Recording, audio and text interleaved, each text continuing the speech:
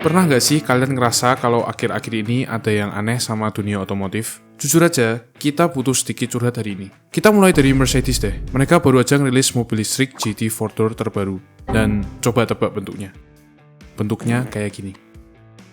Ya, kalian nggak salah lihat. Bentuknya entah kenapa kelihatan kayak ikan lele. Coba kita ingat-ingat lagi edisi terakhir dari GT 4-door ini. Mobil ini bentuknya luar biasa cakep, gagah, dan kelihatan mahal banget. Yang pasti desainnya lebih baik daripada desain yang baru ini. Dan yang bikin kita makin sedih, di balik kap mesinnya nggak ada mesin hybrid V6 atau yang lebih parah, mobil segede dan segarang ini sekarang tuh full electric. Padahal kita semua tahu, mobil kayak gini tuh harusnya pakai mesin twin turbo V8 yang suaranya bisa nggeterin jalanan. Terus kita geser sedikit ke tetangganya, BMW. Mereka baru aja ngerilis desain BMW i3 terbaru dan hasilnya kayak gini. Serius deh, kalau kita lihat-lihat mobil ini rasanya kelihatan kayak mobil Kia yang desainnya belum kelar dibikin. Kadang kita sampai mikir, jangan-jangan semua desainer mobil Eropa yang hebat-hebat itu udah pada resign dan pindah kerja ke BYD. Dan pastinya yang paling parah ini juga 100% elektrik. Kayaknya pabrikan-pabrikan mobil yang paling bersejarah di Eropa pelan-pelan mulai berubah jadi serba elektrik. Dan sejujurnya kita tahu kok kalau mereka ini sangat-sangat terpaksa. Mereka ditekan sama aturan emisi yang kelewat ketat dari orang-orang berdasi di pemerintahan yang mungkin seumur hidupnya ke kantor cuma naik sepeda atau duduk manis di kursi belakang sambil diantar supir pribadi. Tapi jangan salah, kita sama sekali nggak keberatan sama kehadiran mobil listrik. Perubahan itu wajar aja. Tapi tolonglah, sebuah mobil itu nggak seharusnya didesain dengan bentuk yang kelihatan kayak toaster. Pabrikan sebenarnya bisa aja ngambil bodi yang normal terus dijadiin elektrik. Emangnya susah ya? Tapi dari semua hal itu, ini nih kekecewaan yang paling besar. Dari semua merek Eropa yang ada, Ferrari, iya, kalian nggak salah dengar, Ferrari akhirnya ikut gabung ke dunia elektrifikasi. Ferrari, mobil impian kita semua, titik tertinggi dari sebuah pencapaian otomotif. Ini rasanya tuh udah kayak Rolex bikin smartwatch. Sekali lagi, kita nggak benci konsep mobil elektrik.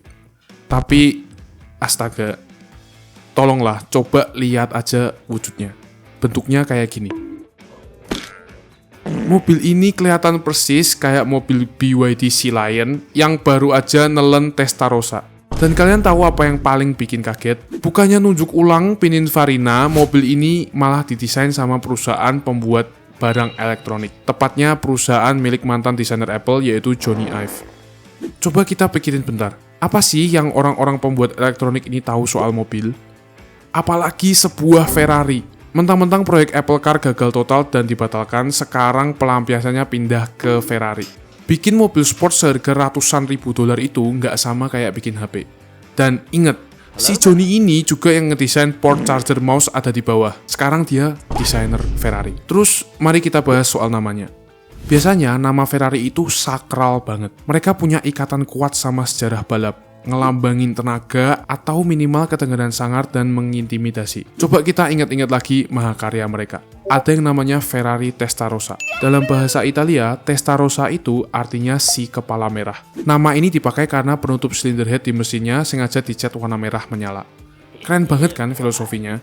Terus ada Ferrari 812. Namanya aja udah sombong banget. Angka 8 artinya 800 horsepower dan angka 12 artinya mesin V12. Belum lagi nama-nama kayak Purosangue yang artinya darah murni. Sebuah pesan kalau SUV ini tetaplah Ferrari sejati. Terus ada lagi La Ferrari yang dengan penuh percaya diri berarti sang Ferrari. Atau nama-nama yang diambil dari legenda balap kayak Daytona. Diambil dari nama sirkuit ikonis tempat mereka pernah finish 1-2-3 secara dramatis.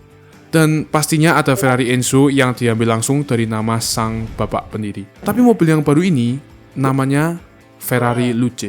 Dalam bahasa Italia, Luce artinya cahaya atau iluminasi. Apa maksudnya coba? Cahaya? Emangnya ini lampu tidur?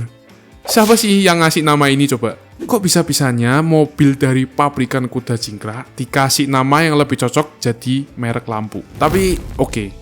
Mari kita tarik nafas sebentar dan coba bedah jeroannya. Secara spesifikasi, mobil ini sebenarnya nggak main-main. Berdasarkan bocoran yang ada, Ferrari EV pertama ini kemungkinan besar bakal ditenagai sama setup quad motor alias 4 motor listrik sekaligus. Tenaganya diprediksi bakal tembus jauh di atas 1000 horsepower. Dan akselerasi dari 0 ke 100 kemungkinan besar bakal kelar di bawah 2 detik aja. Walaupun kita banyak protes soal nama dan eksteriornya, kita harus adil dan ngakuin kalau lembar spesifikasinya emang bagus banget. Dan jujur aja, bagian interiornya digarap dengan manis banget. Bersih, modern, elegan, dan terasa sangat futuristik. Bayangin aja kalau desain interior sebagus ini dipasang di dalam Ferrari SF90, atau Daytona SP3, atau bahkan Purosangue. Hasilnya pasti bakal menakjubkan banget. Nah, sekarang kita bakal bahas soal hal terpenting. Harga. Pertanyaannya simple. Kita mampu nggak sih beli mobil ini? Mari kita main tebak-tebakan sedikit. Kita bakal bandingin kira-kira mana yang lebih mahal. Porsche 911 GT3 RS atau Ferrari Luce.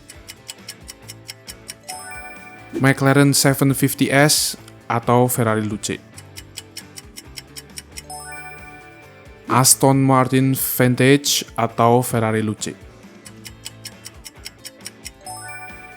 Nah, sekarang kita tambahin sedikit kejutan buat kalian. Katakanlah kita beli 1 unit Porsche 911 GT3 RS ditambah 1 unit McLaren 750S. Kalau harga kedua supercar buas ini digabung, totalnya sekitar $580.000 atau sekitar 10 miliar rupiah. Dan kalian tahu nggak, harga dua mobil impian itu kalau digabung masih belum cukup buat nyamain harga 1 unit Ferrari Luce ini.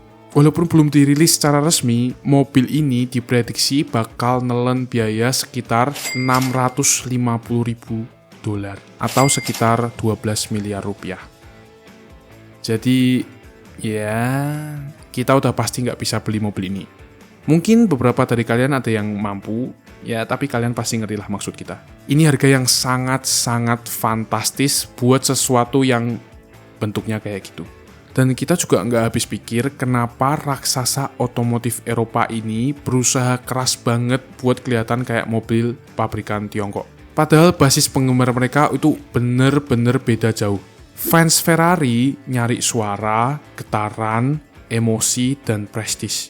Kenapa sih mereka ngerasa perlu banget buat ngejar tren desain EV dari Tiongkok? Nah, kita punya satu teori nih. Dan ingat ya, ini cuma sekedar teori.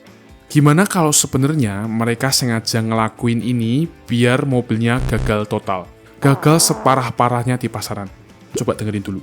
Dengan begitu, para petinggi pabrikan ini bisa datang ke para pembuat aturan atau pemerintah sambil bawa tumpukan data penjualan yang hancur lebur dan bilang, nih lihat kan, kami udah nyoba beralih ke mobil listrik secara penuh sesuai paksaan kalian. Tapi kami gagal total dan pasar sama sekali nggak nerima. Jadi izin, kami nggak akan pernah buat mobil listrik lagi. Nah, itu teori kita. Tapi nyatanya mungkin alasannya jauh lebih simpel. Mereka kemungkinan besar masih meraba-raba dan sama sekali nggak tahu gimana cara ngedesain sebuah mobil listrik yang punya jiwa. Mereka ini kebingungan dan akhirnya mereka cuma niru beberapa bahasa desain EV yang lagi ngetren dan nyewa perusahaan pembuat barang elektronik buat ngegambar mobil ini. Tapi kalau dipikir-pikir, situasi mobil ini mirip banget sama masa awal munculnya smartphone layar lipat. Bentuknya kelihatan agak aneh, terasa nggak masuk akal, dan nggak punya tujuan yang jelas selain buat riset dan ngetes respons pasar. Jadi ya kayaknya itulah satu-satunya tujuan keberadaan Ferrari Luce ini. Nah, itu dia pendapat dari kita. Gimana menurut kalian soal mobil yang satu ini? Coba ceritain ke kita di kolom komentar ya. Apakah kalian suka atau kalian justru benci banget? Kita pengen banget denger opini kalian.